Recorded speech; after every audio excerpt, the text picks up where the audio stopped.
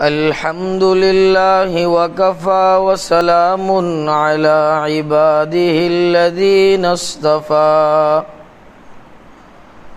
خصوصا على أفضلهم وخاتم النبيين محمد الأمين وعلى آله وصحبه أجمعين أما بعد فأعوذ بالله من الشيطان الرجيم بسم الله الرحمن الرحيم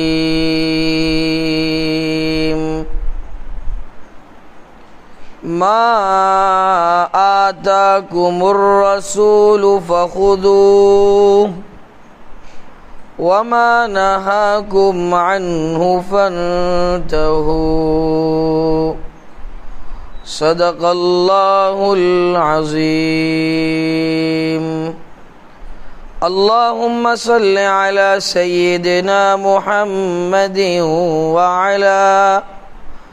وعلى آل سيدنا محمد وبارك وسلم۔ چونکہ ربیع الاول کا مہینہ ہے،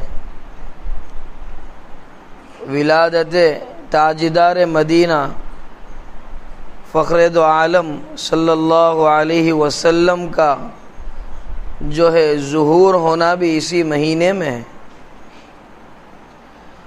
اور وفات رسول اکرم صلی اللہ علیہ وسلم بھی اسی مہینے میں۔ چنانچہ اسی مناسبت سے کہ کیا عادات اور اطوار رہے ہیں نبی کریم صلی اللہ علیہ وسلم کے، اہل بیت کے کیا آداب رہے ہیں، زندگی گزارنے کے طور طریقے کیا رہے ہیں، اور اتباع رسول اکرم صلی اللہ علیہ وسلم کے کیا طریقے رہے ہیں، سرکار کی اتباع کرنے والوں کے کیا طریقے رہے ہیں، یہی موقع ہے، یہی کچھ باتیں پیش خدمت ہے۔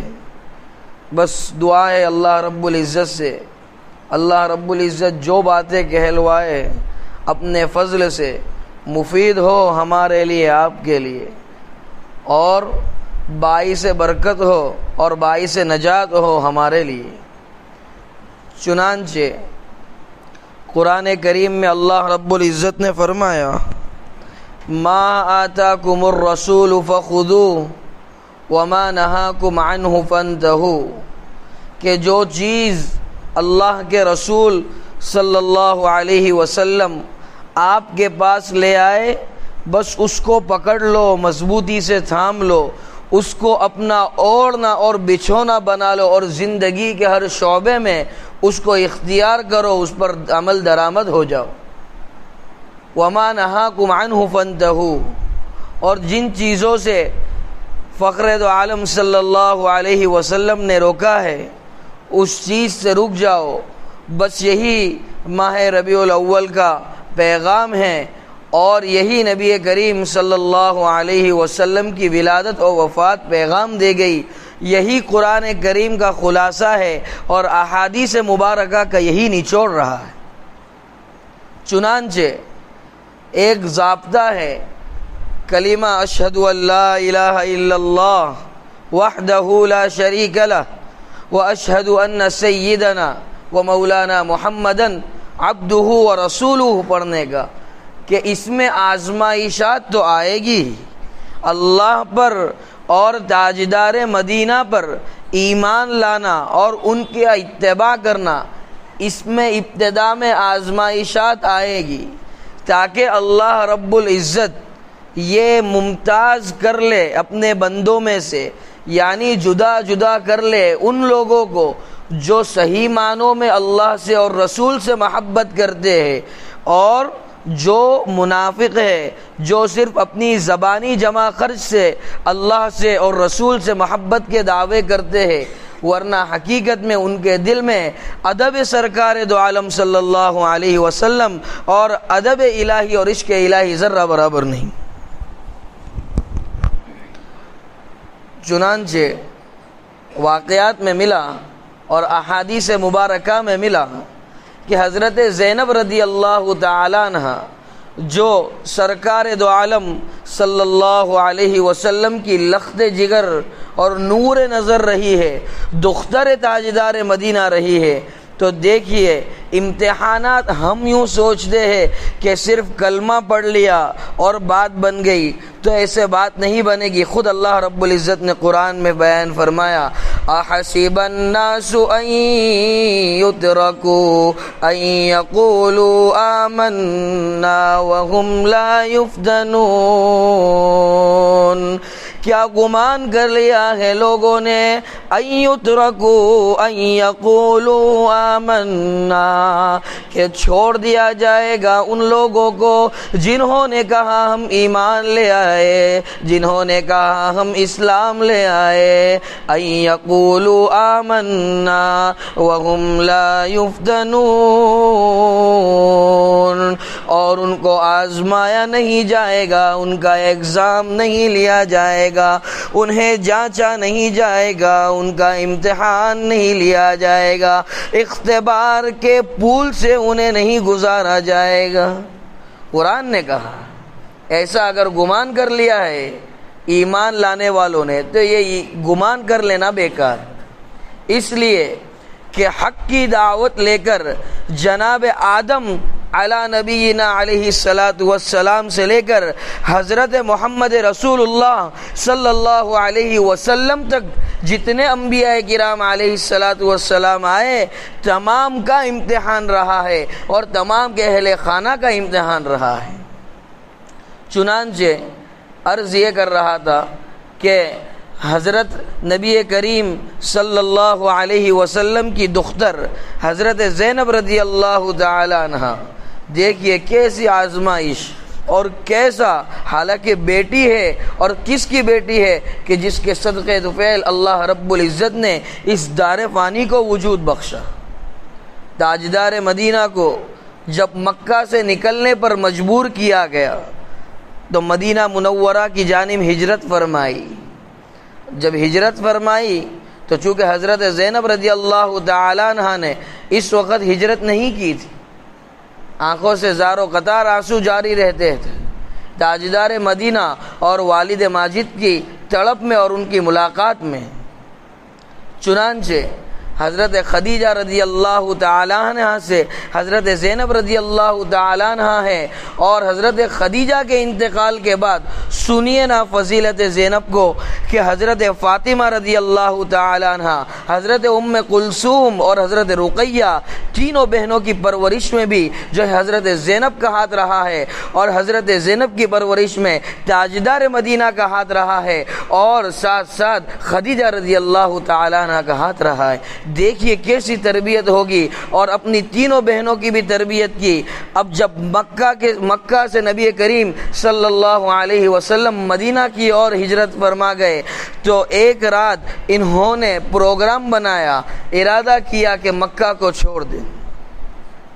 جب مکہ کو چھوڑنے کا ارادہ کیا اور مدینہ کی جانب اپنی سبیل پیدا کی، مدینہ کی جانب راستہ جو ہے چن لیا، حضرت زینب رضی اللہ تعالی عنہ، کفار، منافقین اور سرداران مکہ کو پتہ چل گیا کہ تاجدار مدینہ کی لخت جگر اور نور نظر جا رہی ہے اپنے والد صاحب کے پاس، مدنی کریم صلی اللہ علیہ وسلم کے پاس۔ دیکھیے بتانا مقصود اس سے آزمائش ہے، ہر واقعے کے اندر کوئی نہ کوئی مورل ہوتا ہے، کوئی نہ کوئی سبق ہوتا ہے۔ اس واقعے سے ہمیں کیا سبق لینا ہے کہ جب تاجدار مدینہ کی بیٹی کو اتنا ستایا گیا تو پھر ہم تو چھ پدی اور چھ پدی کا شوربہ، یعنی ہم کس کھیت کی مولی ہے پھر۔ بہرحال عرض یہ کر رہا تھا کہ اب راستے میں کفار و منافقین نے اور سرکش قسم کے سرداران نے جو ہے گھیر لیا اور ان کا تعاقب کرتے ہوئے ان کو پکڑ لیا۔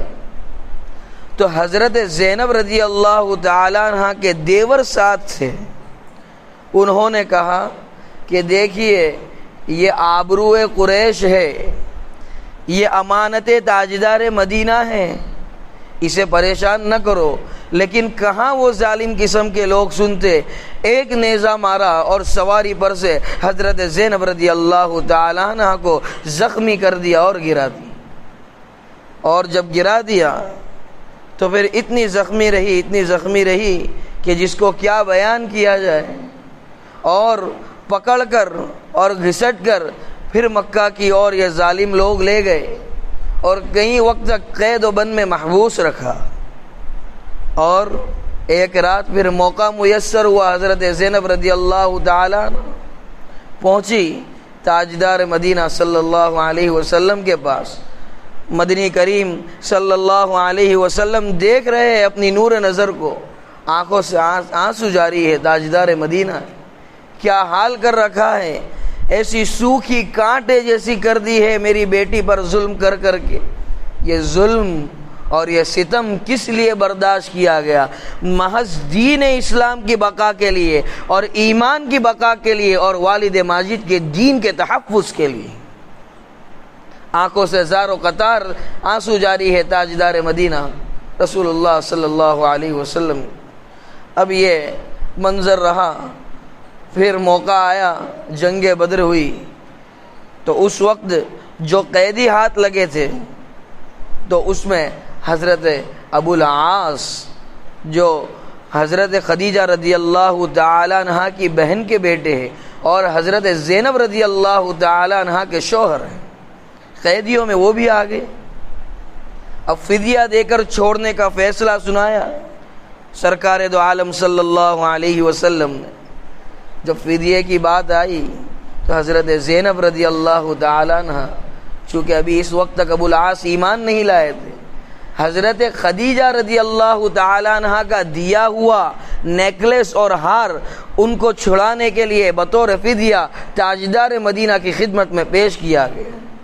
فوراً مدنی کریم صلی اللہ علیہ وسلم کی آنکھوں سے آنسو جاری ہو گئے، اور کیا کہا تاجدار مدینہ صلی اللہ علیہ وسلم نے، دیکھ رہا ہوں کہ یہ وہی خدیجہ کا ہار ہے جو میں نے اسے دیا تھا، اور جو حضرت خدیجہ رضی اللہ تعالیٰ عنہ نے میری بیٹی، میری لخت جگر و نور نظر حضرت زینب رضی اللہ تعالیٰ عنہ کو ان کے نکاح کے موقع پر اور تقریب پر دیا۔ تمام صحابہ کو بلایا، اصحاب جمع ہو گئے۔ یہاں اس نقطے سے سرکار کے عدل و انصاف کو ہمیں دیکھنا چاہیے۔ کیا عدل ہے، کیا انصاف ہے، اور شان کیا ہے۔ بعد از خدا بزرگ تو ہی قصہ مختصر، خدا کے بعد اگر کسی کا مقام ہے تو وہ تاجدار مدینہ کا ہے، لیکن امانت داری کا عالم دیکھیے کہ فدیے کے طور پہ چھڑانا تھا ان قیدیوں کو، اور جو مال میسر ہوتا اس مال کے اندر تمام کا حصہ لگتا۔ تمام صحابہ کو جمع کیا گیا اور کہا کہ اگر تم تمام متفق ہو اور تمام کی مرضی ہو تو میں چاہوں گا کہ ابو العاص کو ایسے ہی رہا کر دیا جاوے، اس ہار کو واپس لوٹا دیا جائے۔ تمام صحابہ متفق ہو گئے، ساتھ ساتھ عرض کیا یا رسول اللہ، آپ کی بیٹی کی، آپ کی لخت جگر حضرت زینب رضی اللہ تعالیٰ عنہ کی خدمت میں اور بھی اگر کوئی چیز ہو تو وہ بھی ہم دینے کے لیے تیار ہے، اور ہم ان کی خدمت کرنے کے لیے تیار ہیں۔ یہی پیغام ہے ربیع الاول کا۔ تاجدار مدینہ کی بیٹی ہے، نیزے کھا رہی ہے مکہ کے راستے میں، تاجدار مدینہ کی بیٹی ہے کہ جس کے شوہر کو چھڑانا ہے تو فدیہ دینا پڑ رہا ہے، اور اس فدیے کو اگر کینسل کروانا ہے اور حضرت خدیجہ رضی اللہ تعالیٰ عنہ کے ہار کا پاس و لحاظ رکھنا ہے تو اس کے لیے بادشاہ ہے نا تاجدار مدینہ، لیکن رعایا کو بلایا، صحابہ کو بلایا اور ان سے اجازت طلب کی کہ کہیں خیانت نہ ہو جائے۔ دیکھیے آج ہم کتنی دھڑلے سے ہماری تجارت میں خیانت کرتے ہیں، کتنا زبردست جھوٹ بولتے ہیں، منٹ سے جھوٹ بولتے ہیں، اور ایک قسم کا جھوٹ تو یہ ہے کہ جسے ہم جھوٹ سمجھتے ہی نہیں۔ وہ کیا ہے؟ آج کل ہمارے تجار یہ کرتے ہیں کہ کوئی قرابت دار رشتہ دار آ گیا، کوئی پہچان والا آ گیا، تو اس وقت رشتہ داران کہتے ہیں یہ بھاؤ تو صرف آپ کے لیے ہے، اس میں کچھ ملتا نہیں ہے۔ ایک بار زبان سے آپ نے کہہ دیا کہ یہ عطر 200 روپے کا ہے اور میری خریدی اتنے کی ہے، اس میں کچھ نہیں رکھا ہے، یہ گھر کی بات ہے، حالانکہ بہت کچھ رکھا ہوتا ہے۔ یاد رکھو جو کہتا ہے کہ مول صاحب آ بھاؤ تمہارا ماٹے چھے، سمجھ لینے کا بازار سے ڈبل بھاؤ لے رہا ہے۔ اس لیے کہ جو شخص مدد کرتا ہے، جو شخص انسان کے لیے بھاؤ کو کم کرتا ہے، کسی انسان کی معاونت کرتا ہے، وہ زبان سے اس کے چرچے نہیں کرتا، اخلاص سے اور خلوص قلب سے مدد کر کے سائیڈ میں ہٹ جاتا ہے۔ بہرحال عرض یہ کر رہا تھا، ہم اس جھوٹ کو جھوٹ نہیں سمجھتے اور تعویل یہ کرتے ہیں کہ اب شرم میں آ گئے، مولانا کیا کریں گے، اس طرح سے کہنا پڑتا ہے، اس لیے کہ ہمارا بھی گھر بار ہے، بیوی بچے لگے ہیں، اگر اسی طرح سے رشتہ دار آتے رہیں گے تو ہم کتنی سخاوت کریں گے۔ ارے بھائی آپ کو کون کہتا ہے سخاوت کرنے کا؟ دیکھیے نا کیسے تجارت کی، نبی کریم صلی اللہ علیہ وسلم نے تجارت کا طریقہ سکھایا، کھانے کا طریقہ سکھایا، اپنے بڑوں کے ساتھ برتنے کا طریقہ سکھایا، والدین کے ساتھ برتنے کا طریقہ سکھایا۔ اور دوسری بات، آج لوگوں کو ہمارا کلچر اور نیچر دیکھ کر لگتا ہے کہ اسلام تلوار کے زور پر پھیلا ہے، ایسا نہیں ہے، اسلام تو اخلاق کے زور پر پھیلا ہے۔ کیا اخلاق رہے ہیں تاجدار مدینہ کے، اور تاجدار مدینہ کے اتباع کرنے والوں، اس کو واقعی سے سمجھنا پڑے۔ نبی کریم صلی اللہ علیہ وسلم واقعات میں لکھا کہ ایک مرتبہ ایک درخت کے نیچے آرام فرما رہے، حضرت آرام فرما ہے، اور پہلے کے زمانے میں چونکہ اپنی سیفٹی کے لیے، اپنا دفاع کرنے کے لیے، سیلف ڈیفینس کرنے کے لیے، اپنے آپ کا بچاؤ کرنے کے لیے، بذات خود اپنی حفاظت کرنے کے لیے، اپنی جان کے تحفظ کے لیے پہلے لوگ ہتھیار رکھا کرتے تھے، نیزہ رکھتے تھے، تلوار رکھتے تھے۔ بندوق گولیوں کا تو زمانہ نہیں، منجنیقیں بنی، اس کے بعد تلواروں کے کہیں ایک عرصہ گزر جانے کے بعد پھر منجنیقیں بنائی گئی۔ منجنیقیں یہ ایک قسم کا جو ہے بڑا سا لکڑے کا بنتا ہے اور اس سے گولہ بارود پھینکا جاتا ہے تاکہ دشمن زیر ہو جائے۔ بہرحال عرض یہ کرنا تھا کہ تاجدار مدینہ ایک درخت کے نیچے آرام فرما ہے اور اپنی تلوار، اپنی سیف درخت پر لٹکا دی اور آرام فرما رہے۔ دشمن رسول اکرم صلی اللہ علیہ وسلم پہنچ گیا اور تلوار کو ہاتھ میں لے کر کہا، اے محمد بتاؤ اب مجھ سے تمہیں کون بچائے گا؟ کوئی گھبراہٹ نہیں تاجدار مدینہ کے چہرے پر، اس لیے کہ ایمان اللہ پر ہے، ایمان قوی ہے، ہر چیز اللہ سے ہونے کا یقین سرکار کے دل میں پیوست ہے۔ اسی لیے تو کہا تھا نا حضرت ابوبکر رضی اللہ تعالی جب جا رہے تھے ہجرت کے لیے مکہ سے مدینہ کی اور، کیا فرمایا؟ لا تحزن ان اللہ معنا، نہ گھبراؤ صدیق، نہ گھبراؤ میرے رفیق، اللہ ہمارے ساتھ ہے۔ اللہ کی مرضی کے بنا درخت کا کوئی پتا نہیں ہل سکتا، ریت کا کوئی ذرہ نہیں اڑ سکتا، تو پھر یہ درخت اور یہ ذرہ جب نہیں ہل سکتا تو انسان اور دشمن تو بہت دور کی بات۔ اور ایسا ہی ہوا، حفاظت کی اللہ رب العزت نے مکڑی کے ذریعے، مکڑی کے جالے کے ذریعے، کبوتر کے انڈوں کے ذریعے۔ بہرحال کہنے کا حاصل یہ تھا، عقیدہ اور اللہ پر ایمان یہ بہت زبردست ہمارے پاس ویپن ہے جس کو ہم استعمال کر سکتے ہیں کسی بھی دشمن سے بچنے کے لیے، اپنے آپ کی کامیابی کے لیے۔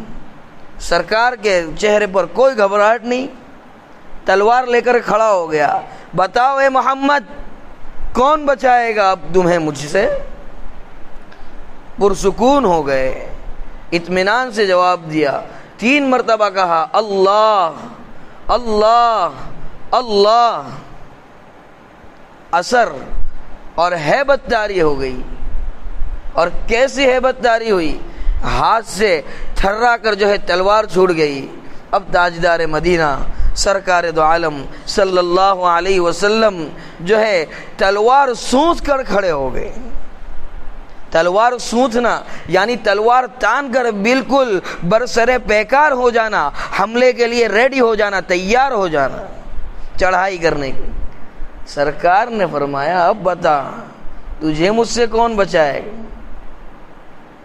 آنکھیں نم ہے، چہرے پر گھبراہٹ ہے، لیکن شاعر نے کہا ہے نا کہ گالیاں کھا کر بھی اگر کوئی دعائیں دینے والا ہے تو وہ سرکار کی ذات ہے، اور یہ سب کی بس کی بات بھی نہیں. بہرحال نبی کریم صلی اللہ علیہ وسلم نے اخلاق پیش کیے اور اسے معاف کر دیا. جا تجھے معاف کیا اللہ کے لیے. گیا اور اپنے قبیلے کے اندر اور اپنی فیملی کے اندر کہنے لگا کہ میں جس کی دشمنی کے گیت گاتا تھا، میں نے جس کی دشمنی کے دم بھرے تھے، میرے ہاتھ میں بازی تھی، موقع تھا، اور مجھے گھبراہٹ ہو گئی، اس طرح سے بازی پلٹ گئی، لیکن ان کی جو ہے اعلیٰ دلی کا عالم یہ ہے اور ان کی فراخ دلی کا عالم یہ ہے کہ انہوں نے مجھے معاف فرمایا. تو یہ ہے اخلاق رسول اکرم صلی اللہ علیہ وسلم. سید شاہ عطا اللہ بخاری رحمۃ اللہ علیہ کا نام سنا ہوگا.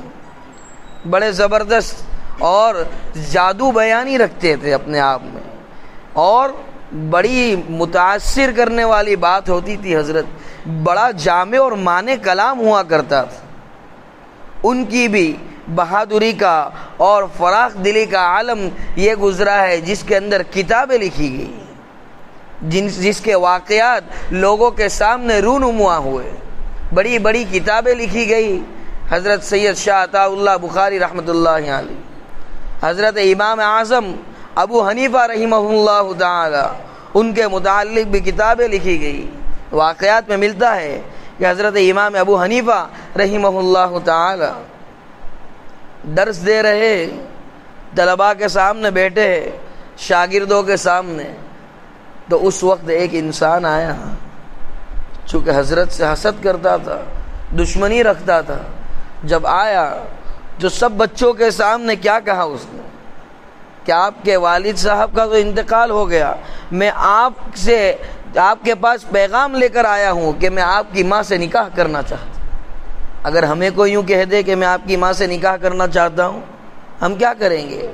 آستینیں چڑھا لیں گے، تلواریں نکالیں گے، AK-47 نکالیں گے، ہیں بھائی لوگوں کو، گنڈا بھائی کو بلائیں گے، یہی سب کریں گے نا. لیکن امام اعظم نے کیا کیا؟ کچھ نہیں، بڑے اطمینان سے جواب دیا، جی کوئی بات نہیں، آپ پیغام لے کر دیکھیے، اخلاق دیکھیے، اتباع رسول دیکھیے زندگی میں ہمارے اسلاف کی اور اکابر کی اور فقہا اور مشائخ. بڑے اطمینان سے جواب دیا اور کہنے لگے کہ بھائی صاحب، ہماری والدہ ماجدہ عاقلہ ہے، بالغہ ہے، اور اپنی زندگی کا فیصلہ کرنے کا انہیں اختیار ہے. چلیے آپ میرے پیچھے آئیے، ہم جاتے ہیں، بات کر لیتے اور دیکھ لیتے ہیں کہ ان کا کیا معاملہ ہے.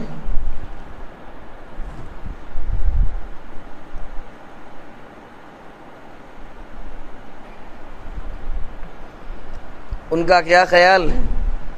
چنانچہ راستہ کٹ رہا ہے، دار حنیفہ کی جانب جا رہے ہیں، اور وہ حاسد بھی تعقب حنیفہ میں ہیں. چنانچہ دہلیز چڑھ رہے ہیں امام اعظم اپنے گھر کی، اپنے دولت گدے کی، اور دیکھ رہے پیچھے کہ وہ ریزہ ریزہ ہو گیا ہے، جل بھن گیا ہے، برباد ہو گیا ہے، حالت خراب ہو چکی ہے.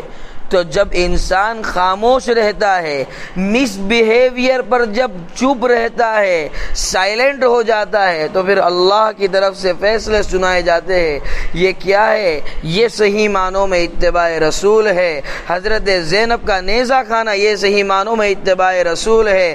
فاقے کرنا حضرت فاطمہ رضی اللہ تعالیٰ عنہ کا یہ صحیح معنوں میں اتباع رسول ہے۔ حضرت حسین رضی اللہ تعالیٰ عنہ کا اپنے سر کو کٹانا یہ صحیح معنوں میں اتباع رسول ہے۔ حضرت حمزہ رضی اللہ تعالیٰ عنہ جو اپنے کلیجے کو ہندا سے چبوا رہے، یہ عشق رسول ہے، یہ عشق الہی۔ قتل کیا جا رہا ہے خانہ کعبہ کے سامنے، صحابہ کو اور اس پر صبر کر رہے، کوئی ہائے واویلا نہیں کر رہے، یہ صحیح معنوں میں اتباع رسول ہے۔ لیکن آج ہم کیا کرتے؟ ہم سے ایسی آزمائشات تو نہیں لی جاتی، ہم سے ایسے امتحانات تو اللہ رب العزت نہیں لیتے۔ یہ تو کچھ واقعات ہوئے اہل خانہ کے، اہل بیت کے، سرکار کے۔ اب کچھ ہم اپنے اوپر غور کریں، آج ہمارا عالم کیا ہے؟ دیکھیے، سرکار نے 3 مرتبہ اللہ کہا، لرزہ طاری ہو گیا، تو صحابہ کرام نے جب سرکار کی مانی اور ہمس کے قلعے کا محاصرہ کیا، جب ہمس کے قلعے کا محاصرہ کیا تو اب چونکہ یہ غالب آ گئے تھے اصحاب، تو قلعے والوں نے دروازہ بند کر دیا، اب کھول نہیں رہے، اس لیے کہ شکست بالکل دروازے پر ہے۔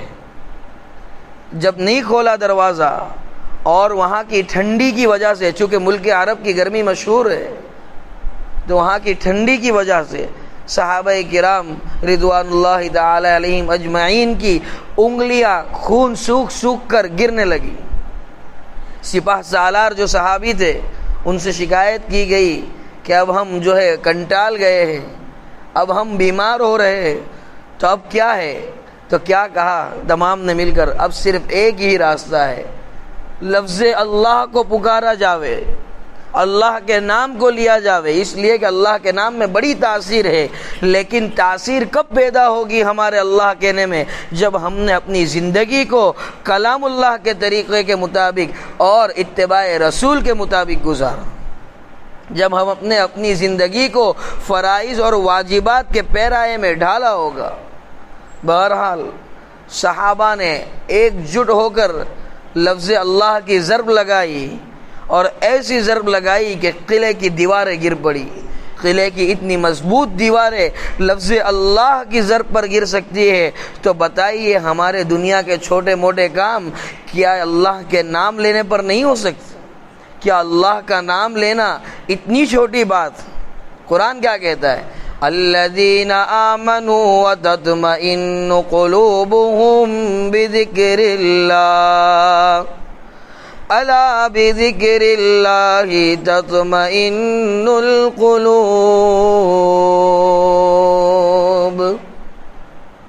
وہ لوگ جو ایمان لائے، ان کے قلب اور ان کے دل کیسے مطمئن ہوں گے، کیسے دلوں کو سکون ملے گا، کیسے فرحت و مسرت حاصل ہوگی۔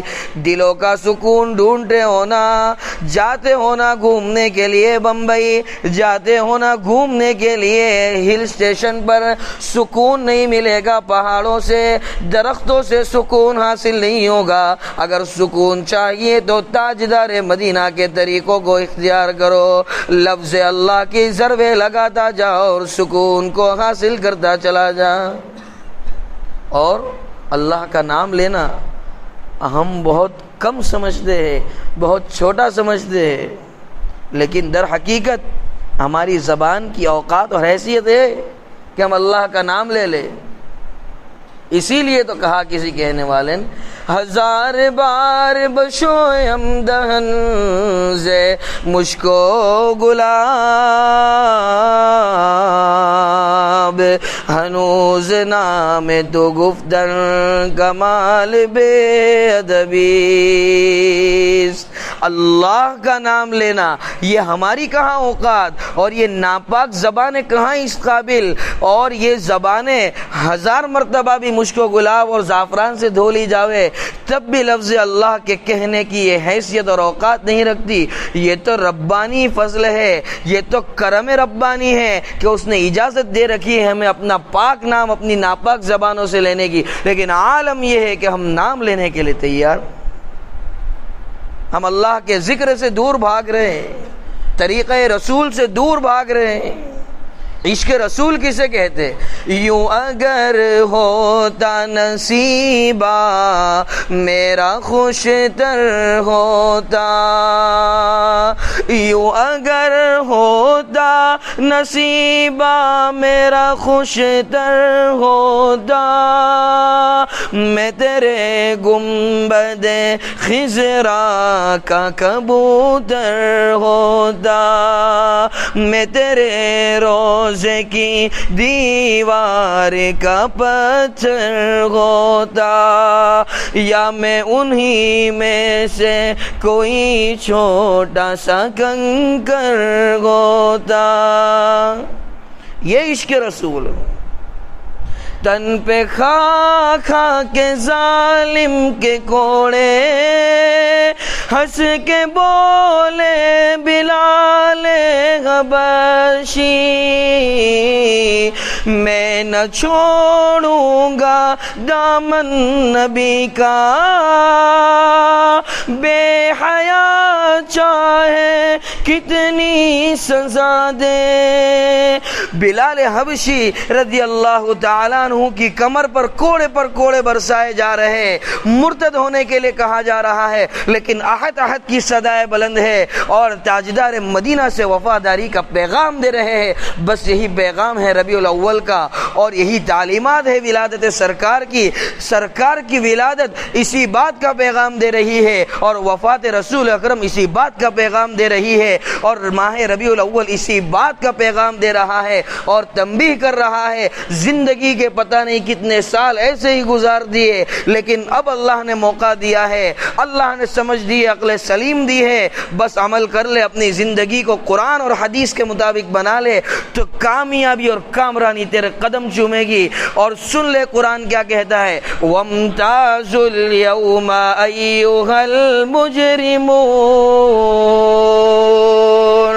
اللہ قیامت کے دن روز محشر فرمائے گا، الگ ہو جاؤ نہ ہو مجرمین، او غیبت کرنے والو جدا ہو جاؤ متقین سے، او جھوٹ بولنے والو الگ ہو جاؤ نہ میرے پاک باز بندوں سے، او برائیاں کرنے والو، او تجارت میں دھوکہ دھڑی کرنے والو، او اپنے والدین کی نافرمانی کرنے والو، او سود کھانے والو، او بیاج کا دھندا کرنے والو، او سونا لے کر رہن پر رکھ کر اس کی ادھر سے ادھر کرنے والو، او گروی کا مال کھانے والو، الگ ہو جاؤ۔ وامتازوا اليوم ایھا المجرمون۔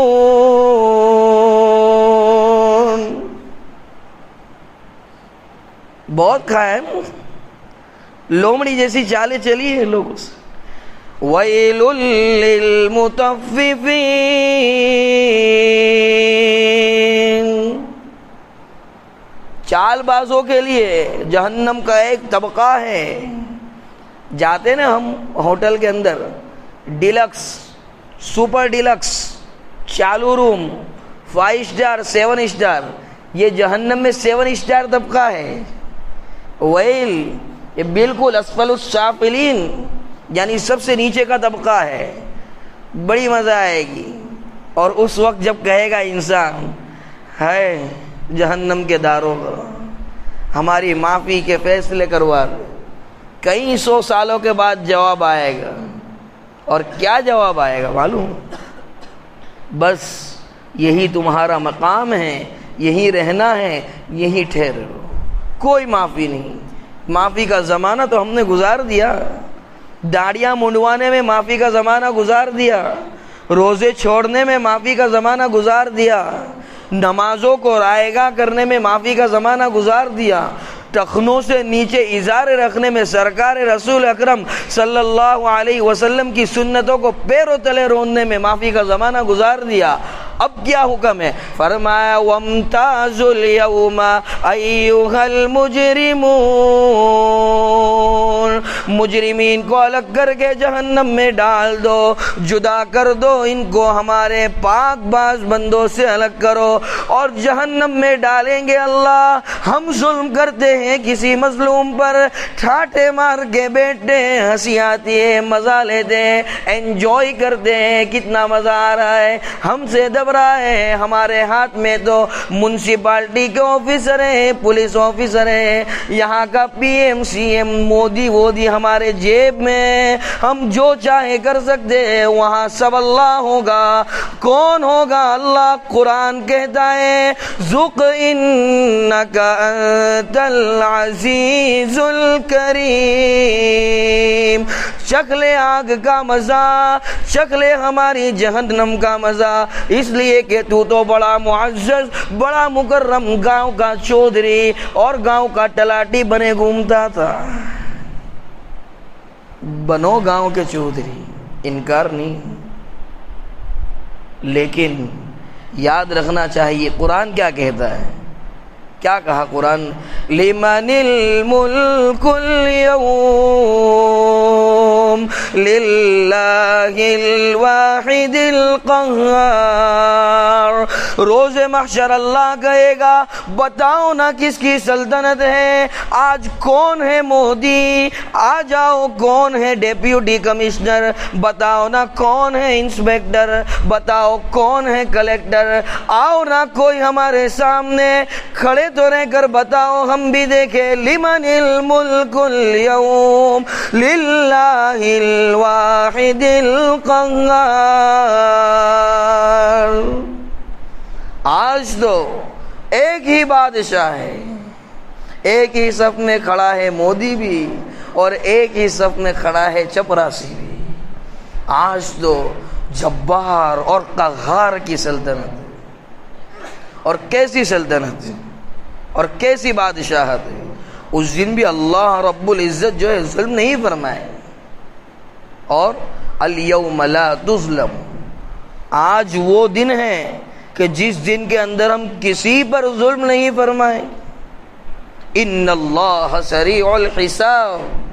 ہوتے نا چال باز لوگ، ڈیڑھ ہوشیار کہتے نا، ڈیڑھ بھائی. تو ڈیڑھ بھائی لوگ کیا کہیں گے اتنے ساروں کا حساب کیسے ہوگا؟ تو اللہ نے ان ڈیڑھوں کو جواب دیا ہے ان اللہ سریع الحساب. اللہ رب العزت بڑا زبردست سپیڈ سے حساب کرنے والا ہے. اور ہم کیا کہتے ہیں؟ یوسف بھائی مجھے تو آپ سے بہت محبت ہے، عارف بھائی مجھے تو آپ سے بہت الفت ہے. اور جب یوسف بھائی جاتے تو پیچھے پیچھے یوسف بھائی کی کھودتے ہیں، پیچھے پیچھے عارف بھائی کو گالیاں دیتے. تو ہم اگر زبان سے کہہ دے ہمیں اللہ سے بہت محبت ہے، ہمیں رسول سے بہت محبت ہے، تو اللہ کیا ہے پھر؟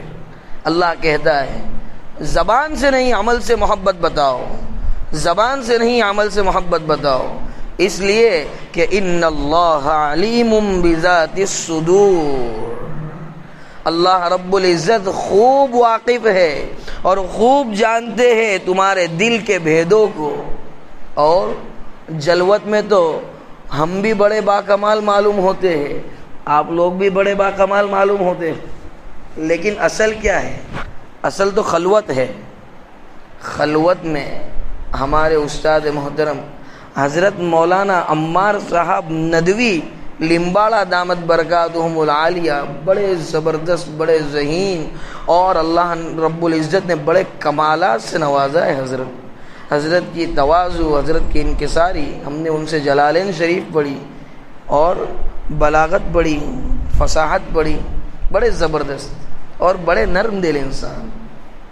انہوں نے ایک مرتبہ کہا یہاں تو ہمارے سامنے تم پڑھتے ہو، بہت صوفی بنتے ہو، ہم پڑھاتے ہیں، ہم بڑے صوفی بنتے ہیں، لیکن یاد رکھو سورہ طارق کا پیغام اور اسے اپنے گھر کی دیواروں پر لگاؤ اور اس کا ترجمہ ذہن میں رکھو. کیا فرماتا ہے اللہ رب العزت؟ فرمایا یوم تبلی السرائر،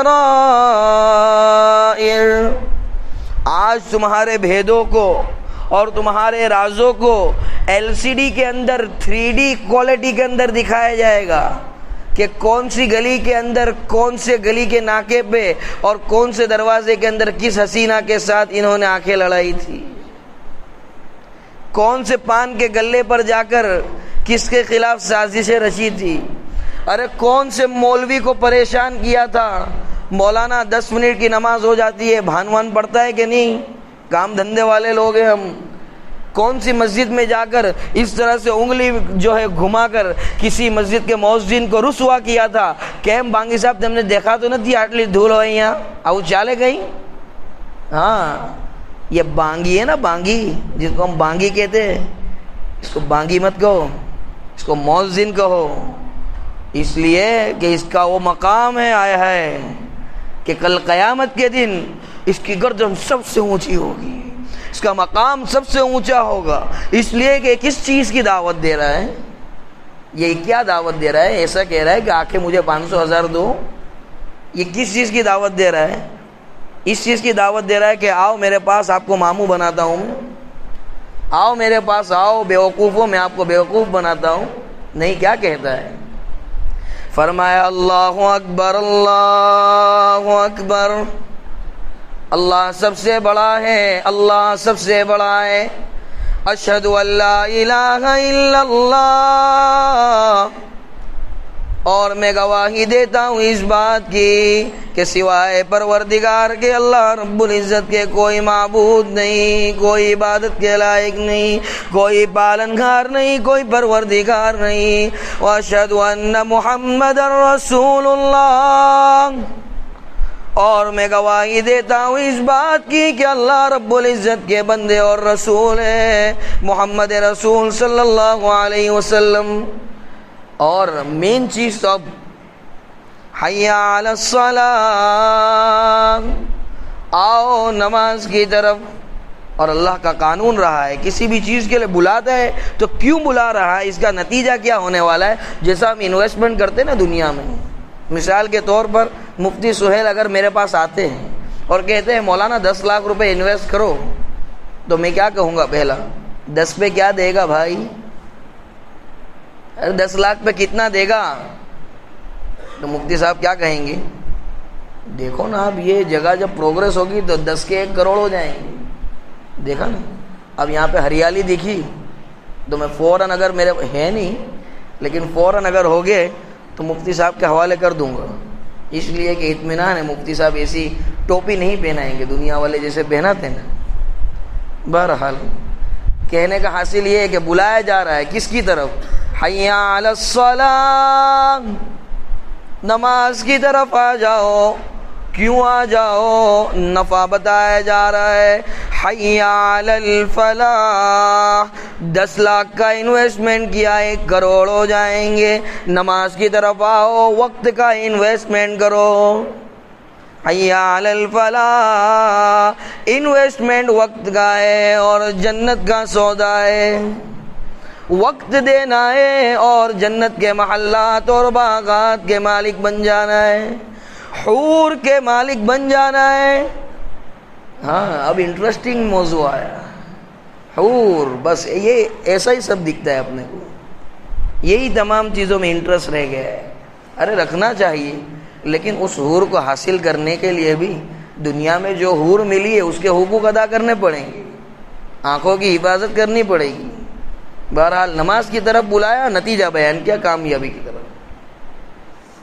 تو اللہ رب العزت جس چیز کی ہمیں تعلیم دے رہے ہیں قرآن کریم کے ذریعے، اور مدنی کریم صلی اللہ علیہ وسلم نے جس چیز کی تعلیم دی اپنی زندگی کو گزار کر، اور واقعات سے جو باتیں پتہ چلی اہل خانہ نے کس طرح سے اپنی زندگی کو بسر کیا، تو آج کا بس یہی سبق ہے۔ انہی گزارشات پر آج کی بات ختم کرتے ہیں۔ آج اخلاق رسول اکرم صلی اللہ علیہ وسلم کو کچھ جانا گیا، کچھ تحمل اہل بیت کو جانا گیا، اور کچھ صبر جانا گیا اتباع رسول اکرم صلی اللہ علیہ وسلم کے جو ہے پیروکار اور ماننے والوں کے۔ اللہ رب العزت ہمیں سننے سے زیادہ عمل کی توفیق عطا فرماوے۔ وآخر دعوانا ان الحمد للہ رب العالمین۔